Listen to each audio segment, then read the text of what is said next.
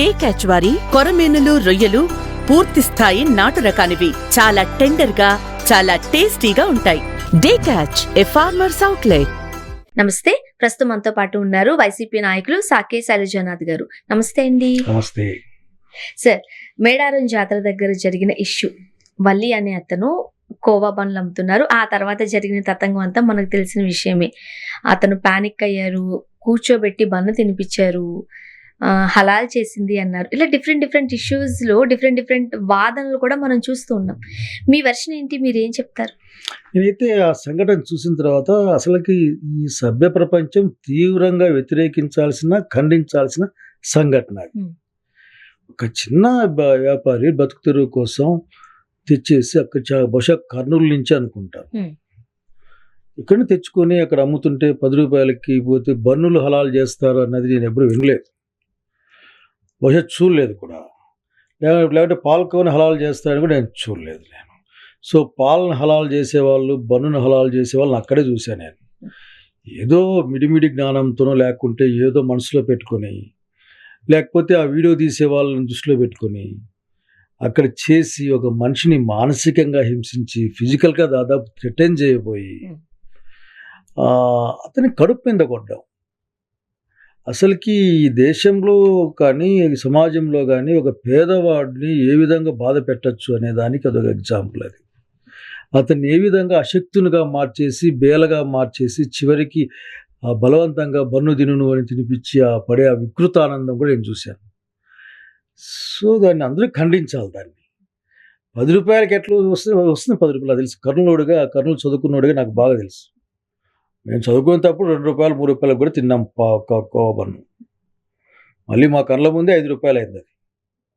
కాబట్టి ఎవరు కూడా, అతను పేదగా ఎస్టాబ్లిష్మెంట్ కాదు కాబట్టి ఏదో 4 డబ్బులు మిగులుతాయి, కుటుంబం నడుస్తుంది అని గౌరవప్రదమైన పని చేసుకుంటుంటే, వాళ్ళు చేసిన పని మాత్రం ఎవరు హర్షించడానికి వీలు లేదు. అసలు వాళ్ళకి లాభం కూడా మనం బయట స్వీట్ షాపులు వేసుకునేలాగా 100లో కూడా ఉండదు. ఏముండదు, అయితే 2 రూపాయలు లేకపోతే 2.5 రూపాయలు అతని లాభం, బన్ను పైన వచ్చే లాభం అంతే, అంతకంటే ఎక్కువ రాదు. 10 రూపాయలు 2 రూపాయలు 3 రూపాయలు మిగిలితే బాగా మిగిలినట్టు. బాగా ఒక 100 మంది కొంటే ఆఖరికి అతనికి 300 400 మిగులుతుంది. కాబట్టి దీన్ని కేవలం దాన్ని వాళ్ళ యొక్క మానసికమైన ఒక పైత్యంతో చేసే పనే కానీ అది అక్కడ ఇంకో పనేం కాదు. నిజంగా అసలు కర్నూలుకి వెళ్తే నిజంగా వాళ్ళని కలవాలనుకుంటా ఉన్నాను నేను. I want see him. కానీ కర్నూలు నేను చదువుకున్న ప్రాంతం, ఇప్పటికి కూడా నాకు కర్నూలుగా అనిపిస్తుంది. సో అందరం కూడా దాన్ని, అసలు ఇది ఒక విధంగా చెప్పాల్సి వస్తే భారత సమాజంలో చీలికలు తెచ్చే ఒక ప్రయత్నంలో భాగం కూడా నేను చూస్తుంది. అంటే మనుషుల యొక్క ఈ యొక్క భావజాలం ఎంతకు దిగజారిపోయిందో కూడా అర్థమయ్యే పరిస్థితి. కాబట్టి ఈ భారత సమాజాన్ని చీల్చే ప్రయత్నంతో ఉన్న ఈ కార్యక్రమాలు కూడా మనం గమనించాలి. దీన్ని అందరూ కూడా, దీన్ని అక్రాస్ ద ఆల్ టేబుల్, దీన్ని అందరూ, ఆల్ పొలిటికల్ పార్టీస్, సొసైటీలు అందరూ కూడా దీన్ని ఖండించాలి. రేపొద్దున ఇక్కడ ఒక పాయింట్ ఉంది, నేను ఎప్పుడు అడిగేది అంటే, ఇంతకుముందు ఎవరితో మాట్లాడుతున్నాం, మనం ఇక్కడ ఒకరిని ఇన్సల్ట్ చేస్తే వేరేది, మనం మైనారిటీగా ఉన్న ప్రాంతాల్లో మనల్ని అక్కడ వాళ్ళు ఇన్సల్ట్ చేస్తారు కదా. అందుకే కదా సార్ ఇప్పుడు ఇంత గొడవలు జరుగుతుంది. సమ్వేర్ అదర్ ప్లాట్ఫామ్స్లో, అంటే అదర్ కంట్రీస్లో. మరి వాట్ యూఆర్ ఎక్స్పెక్టింగ్ కదా, నీ మ్యాగ్నానిమస్ చూపించలేక, నువ్వు మ్యాగ్నానిమస్గా ఉంటే కదా ఇంకోరిని క్వశ్చన్ చేయడానికి అయ్యేది ఆఖరికి. నువ్వేమో టిమిడ్గా ఇంతే ఉండి ఆలోచిస్తూ ఉండి నువ్వేదో పెద్ద విషయం ఆలోచించలేవు కదా. కాబట్టి ఇది చిన్న విషయం కాదు. ఇటువంటి వాటిని అందరూ ఖండించాల్సిన అవసరం ఉంది. సరే, ఇప్పుడు అక్కడ మాట్లాడిన వాళ్ళందరూ కూడా, అక్కడ మేడారం జాతర అది గిరిజనుల పండుగ వాతావరణం. మనకి గిరిజనులు దేవతగా కాదు, ప్రతి హిందువు అక్కడికి వెళ్ళి దండం పెట్టుకుని లేకపోతే వాళ్ళ మొక్కులు చెల్లించుకుని వస్తూ ఉంటారు. సాధారణంగా అది ఏ దేవాలయం అయినా సరే బయట కులాలతోనూ మతాలతోనూ సంబంధం ఉండదు. చిరు వ్యాపారులు వచ్చి వాళ్ళ వ్యాపారం చేసుకుంటూ ఉంటారు. బట్ గుడి బయట కూడా ఒక మతాన్ని ఆపాదిస్తూ, ఒక వర్గానికి ఆపాదిస్తూ ఇంత రచ్చ చేయడాన్ని మన భారతదేశంలో ఎలా చూడాలి? అసలు ఈ మధ్య కాలంలో ఈ గొడవ, ఈ రచ్చలాంటి ఎక్కువైపోయింది. మేము మా గుళ్ళలోకి మా ఫ్రెండ్స్ వచ్చేవాళ్ళు, ముస్లిం ఫ్రెండ్స్ వచ్చేవాళ్ళు. ఇప్పటికి కూడా మేము తిరుపతి లడ్డు తెస్తే మా బావగారు లడ్డు అని తిట్టుంటారు. అట్లాగే మేము మాస్క్ లేకపోయే వాళ్ళం, పోయి మేము కూడా కాళ్ళగిలు కడుక్కొని నెత్తి మీద ఖర్చు వేసుకొని కూర్చునే వాళ్ళం. చర్చిలోకి పోయేవాళ్ళం, చర్చి మరొక పండగకి వచ్చేవాళ్ళు. మేము వాట్ ఈస్ దట్ క్రిస్మస్ వస్తే మేమంతా అసలు హుషారుగా వెయిట్ చేసేవాళ్ళం. వాళ్ళు కూడా ఉగాది ఆ పండుగ వస్తే ఏం రా ఎన్ని గంటలు రావాలో భోజనానికి అనేవాళ్ళు. సో ఇటువంటి ఒక హార్మోనియస్ వాతావరణం ఉన్న ఈ దేశాన్ని ఈ మధ్యకాలంలో ఉన్న ఈ మత ఛాందస భావజాలం అన్నది చీల్చే ప్రయత్నం కేవలం పొలిటికల్ ఇష్యూస్ కోసం ఇది. దీన్ని ఏది మాట్లాడాలి, దీంట్లో వాళ్ళు ఏం చెప్పాల్సింది ఏం లేదు ఆఖరికి. ఎందుకంటే దీంట్లో రాజకీయంగా వాళ్ళ అధికారానికి లాభపడే అంశం కాబట్టి మెజారిటీని చీల్చుకుంటే సరిపోతుందని ఒక ఆలోచనతో స్ప్రెడ్ చేసే భావజాలం ఇటువంటి సంఘటనలకు దారి తీస్తూ ఉందని నేను అనుకుంటా ఉంటాను. చిన్న ఇష్యూ సార్ ఇది, కానీ దాన్ని ఎంత పెద్ద ఇష్యూగా చేసేసి దాన్ని ఒక మతానికి ఆపాదించేసి ఎందువల్ల ముఖ్యంగా మన దగ్గర ఆ భయం లేకుండా పోయింది అంటారు. అంటే ఇది ఇప్పుడున్న వాతావరణమే ఆ విధంగా ఉంది. ఉదాహరణకి మొన్న ఉత్తరప్రదేశ్ ముఖ్యమంత్రి మాట్లాడుతూ ఏదో మీటింగ్లో మాట్లాడుతూ బాబ్రీ మసీద్ కట్టే ప్రసక్తి లేదు, ఒప్పుకునే ప్రసక్తి లేదు అని సుప్రీంకోర్టు జడ్జిమెంట్కి వ్యతిరేకంగా గట్టిగా మాట్లాడితే మాట్లాడేవాడు ఎవరు లేడు. సుప్రీంకోర్టు జడ్జిమెంట్ ఇచ్చి 5 ఎకరాల కట్టాలి పక్కన అని చెప్తే కట్టాం. ఎందుకంటే ఎలక్షన్లు వస్తున్నాయి కదా, ఎలక్షన్లు వస్తున్నాయి కాబట్టి ఇంకా ఇతనే ఇంకా మొత్తం హిందూ మతాన్ని మోసుకొని పోయేవాడని అనే విధంగా చెప్పించారు అతనితో. Same thing happening everywhere. ఒక విధమైన భావజాలాన్ని లేక ఒక విధమైన మతం అంటే మనం కొద్ది ఎక్కువ మొగ్గు చూపుతాం కాబట్టి మతం పట్ల దాన్ని చూపించే ప్రయత్నం చేసే ప్రయత్నం. కానీ మతం కంటే మనిషే గొప్ప, మనిషే అవసరం అన్న విషయాన్ని చెప్పిన కాలం నుంచి. కానీ ఇప్పటికి కూడా భారతదేశం వీళ్ళ మాయలు ఏం పర్లేదు, అక్కడక్కడ కొన్ని సంఘటనలు జరుగుతున్నాయి. కానీ ఇప్పటికి కూడా భారతదేశం సెక్యులర్గానే అందరూ మన వాళ్ళే అనుకునే భావంతో నడుస్తూ ఉన్నాం. కాబట్టి దాన్ని డిస్టర్బ్ చేసే ప్రయత్నాన్ని చూస్తూ ఉన్నాం, వీళ్ళ మాటలు చేష్టలు ఇవన్నీ కూడా. సో మనం జాగ్రత్తగా ఉండాల్సిన అవసరం ఉంది. ఇప్పుడు హలాల్ దగ్గర వచ్చిన క్వశ్చన్ మార్క్ చూస్తే అంటే చదువుకున్నప్పుడు లేకపోతే తెలిసిన మిత్రుల ద్వారా తెలిసినది, ఏదైనా ఒక జంతువును బలివ్వడం అనండి, లేదు అని అంటే దాన్ని కాస్త హామ్ చేస్తున్నప్పుడు కొంచెం దేవుడికి ప్రార్థన చేస్తారు, ఇలా చేసేదాన్ని బ్లడ్ అంతా తీసేయడాన్ని హలాల్ అంటారు అనేది విన్నాం మేము. మీరేం విన్నా గానీ కానీ అంటే బన్నులకి కోవాలకు కూడా హలాల్ చేస్తారా, ఎలా చేస్తారు వినలేదండి, నేనైతే వినలేదు. గూగుల్లో కొడుతుంటే వెజిటేరియన్ కూడా హలాల్ సర్టిఫికెట్ ఇస్తున్నారు అని అంటున్నారు కొంతమంది. వెజిటేరియన్కి హలాల్ సర్టిఫికెట్ అదే గూగుల్ ఏమైనా పెట్టుకోవచ్చు. కానీ నేను బతికాం కదా, నేను నాన్ వెజిటేరియన్లుగానే బతికాము, వెజిటేరియన్లు కూడా బతికాము. మంచి పప్పు నెయ్యి వేసుకొని కూడా ఎంజాయ్ చేస్తాం, ఊరగాయ వేసుకొని. అట్లాగే మంచి నాటుకోడి కూడా ఎంజాయ్ చేస్తాం. సో జంతువును దాన్ని తినడానికి వాడేటప్పుడు దేవునికి దాన్ని ఇవ్వడం అనే ఆచారం కొన్ని మతాల్లో దేవుని పేరు చెప్పి కోయడం, కొన్ని మతాల్లో ఆలోచన లేదు. అట్లాగే కొన్ని కులాల్లో అటువంటి ఆలోచనే రాదు, ఓడొస్తే పట్టుకోవడం, దాన్ని కోసేయడం, దాన్ని కాల్చడం, తినడం. సో లేనిపోని భావజాలాన్ని బుర్రలోకి పెట్టే ప్రయత్నాన్ని హలాల్ చేయడం అనేది ముస్లిం సాంప్రదాయంలో పద్ధతి. వాళ్ళు అట్లే చేసుకొని తింటారు, అది వాళ్ళకున్న అలవాటు, వాళ్ళ నమ్మకం. నేను ఏదైనా తింటాను, అది నాకు నమ్మకం. నాకు ఆకలి వేస్తే పెడితే నేను పప్పు తింటాను, ఊరగాయ తింటాను. ఆ రెండు లేకుంటే ఒట్టిగా అన్నంలో నీళ్ళు పోసుకొని కూడా ఎరగడ రంగు తింటాను. అట్లాగే కోడి కూడా తింటాను. అట్లా ఇంకా ఇతర మాంసాలు తింటాను. అవి హలాల్ చేసినారా చేయలేదా ఏంది అనే సమస్య లేదు.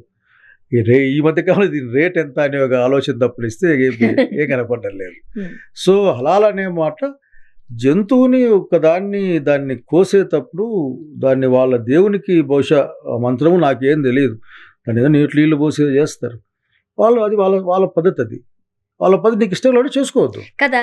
ఇప్పుడు అక్కడ 2 రకాలుగా మాట్లాడుకోవాలి. ఒకటి అక్కడ మతాన్ని చూపించి మాట్లాడడం, ఇంకొకటి ఒక మనిషి ఇంకొక మనిషిని ఎంతవరకు ఇబ్బంది పెట్టాలో అంతవరకు ఇబ్బంది పెట్టడం. ఇప్పుడు అది అటువంటి భావజాలానికి అట్లా ఇతరులు హరాష్ చేసే లక్షణాన్ని కలిగి ఉంటారు. ఇప్పుడు పాలు హలాల్ చేయడం ఏంటి? అసలు ఏ పాలు? ఈ రోజున మనం రకరకాల మన విజయ పాలు ఉన్నాయి, మళ్ళీ వేరే పేర్లు చెప్తే బాధపడతారు. కానీ విజయ పాలు ఉన్నాయి. విజయ పాలు యా ఊరు నుంచి వచ్చినాయని, ఏ గొడ్డు నుంచి వచ్చినాయని, ఎట్లా వచ్చినాయని ఎవరికి తెలుసా? గారు అన్నీ పాస్చరైజ్ చేసి మనకు ప్యాకేజ్ చేసి పంపిస్తారు. దాంతో పాలకోవా చేస్తే ఏమన్నా వస్తుందా? ఒక 50 కేజీల పాలు నాకు తెలిసి 50 లీటర్ల పాలు ఏ ఒక్క గోవు లేకుంటే ఏ ఒక్క గేదె ఇవ్వదు. 4-5 గేదెలు తింటది అంటే గేదెని. సో ఇక్కడ హలాల్ గిలాల్ అంటే పాలకు హలాల్ అనే మాట నేను వినలేదు. బహుశా ఇటువంటి మిడిమిడి జ్ఞానంతో ఉన్న వాళ్ళతో, లేకపోతే మీకు ఒక చెడ్డ ఆలోచన బ్రెయిన్లో ఉన్న వాళ్ళకి వస్తే తప్పనిస్తే బ్రెడ్కి ఎన్ని గోధుమలు హలాలు చేసింటారు. బ్రెడ్ అంటే ఆల్మోస్ట్ గోధుమలతో ప్రిపేర్ చేసేది కదా, మైదా అయినా కానీ. బట్ ఇవన్నీ కూడా నాన్ సెన్షియల్ థింగ్స్ ఇవన్నీ. దీన్ని ఏంటంటే అక్కడున్న ఒక ఎమోషన్ని క్రియేట్ చేసి ఆ ఎమోషన్తో ఇతరులు ఇబ్బంది పెట్టి ఆనందపడే లక్షణం. అందుకని నాకేం కనపడడం లేదు. అక్కడ అతన్ని అంత ఇబ్బంది పెట్టి లాగి ఇంగ్లీష్ లో మాట్లాడి పాపం ఆయనకి సమాధానం చెప్పడం కాదు. అతను ఏదో అడిగి పోయి కాస్త డబ్బులు వస్తే వాళ్ళు దండికి వస్తారు. మీరు చెప్పారే, మీరు సమ్మక్క సారక్క అది గిరిజన దేవతలు, వాళ్ళు ద హీరోస్.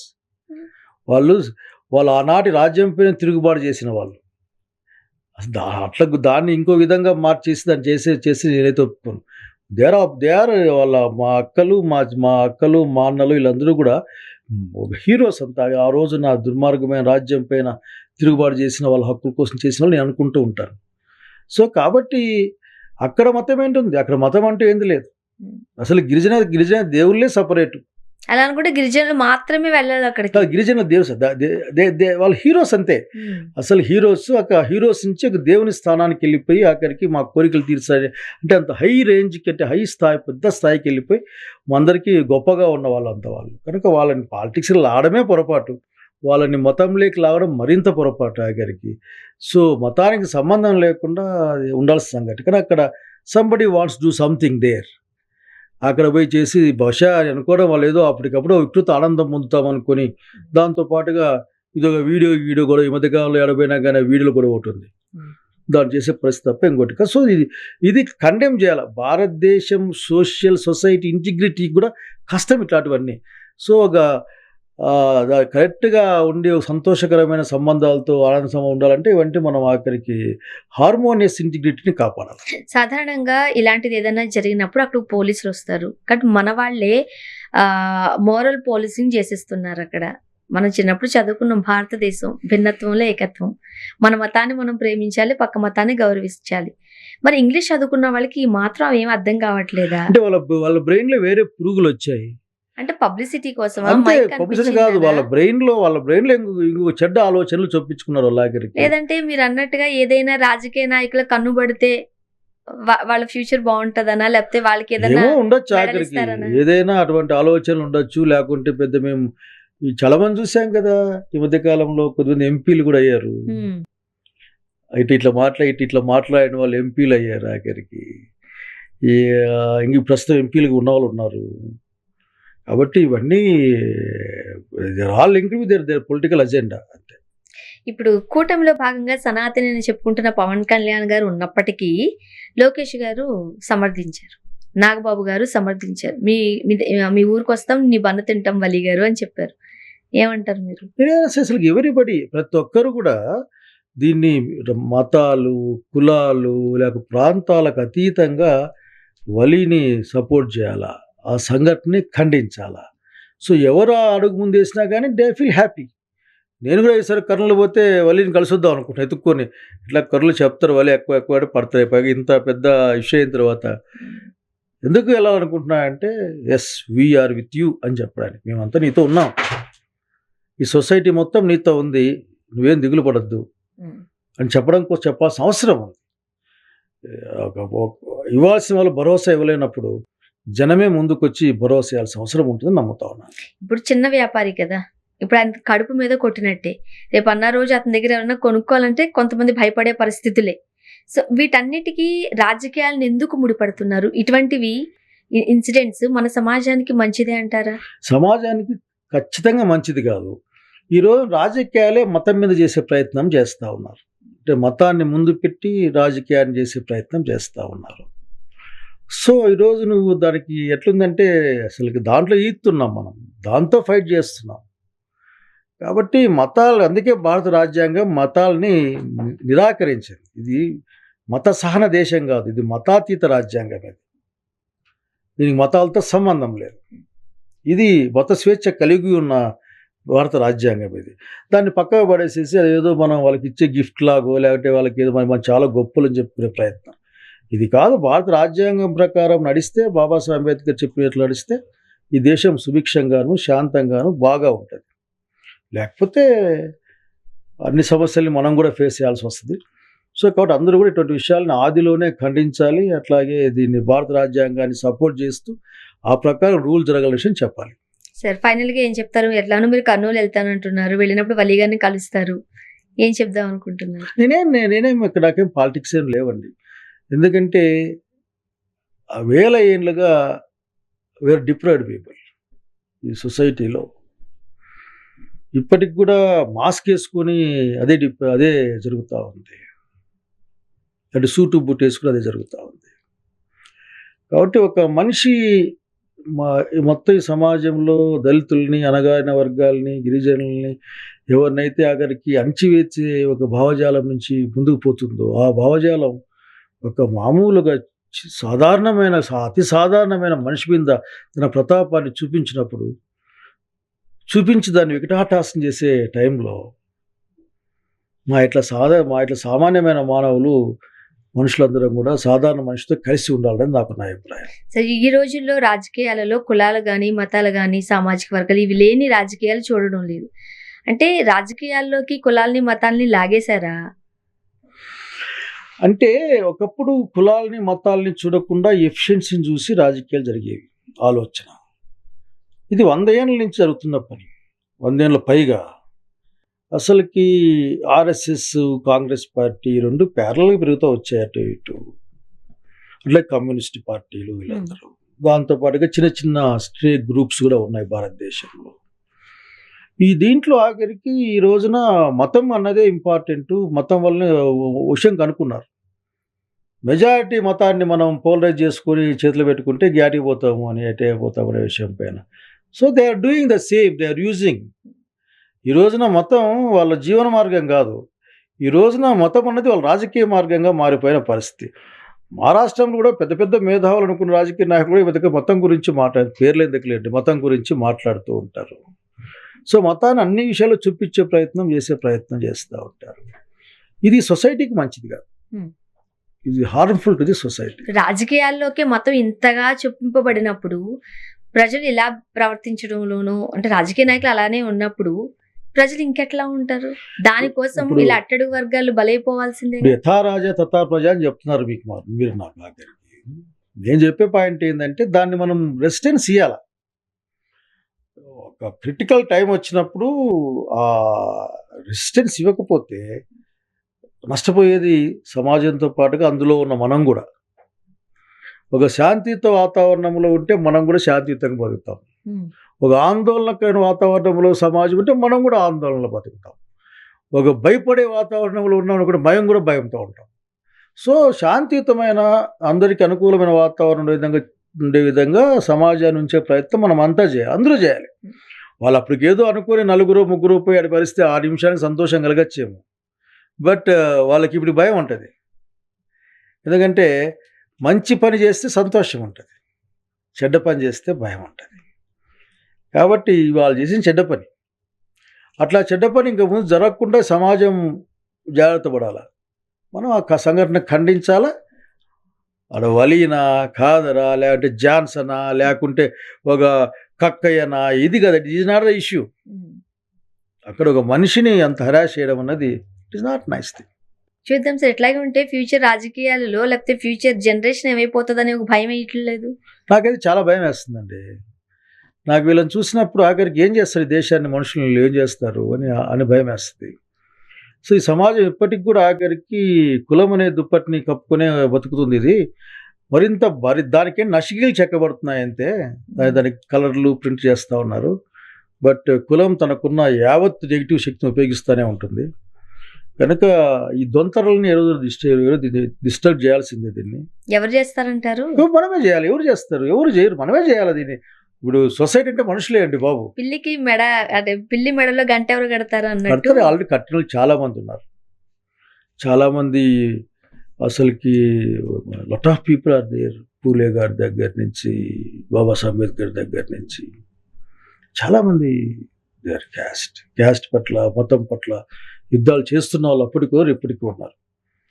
కనుక మనం కూడా ఒక మానవ సమాజాన్ని, మానవ మతాన్ని నిర్మించగలిగే ప్రతి కార్యక్రమంలో మనం కూడా ఉంటే బాగుంటుంది నాకు నా అభిప్రాయం. థ్యాంక్ యూ సో మచ్ అండి, మీ అభిప్రాయాలు పంచుకున్నారు. Thank you.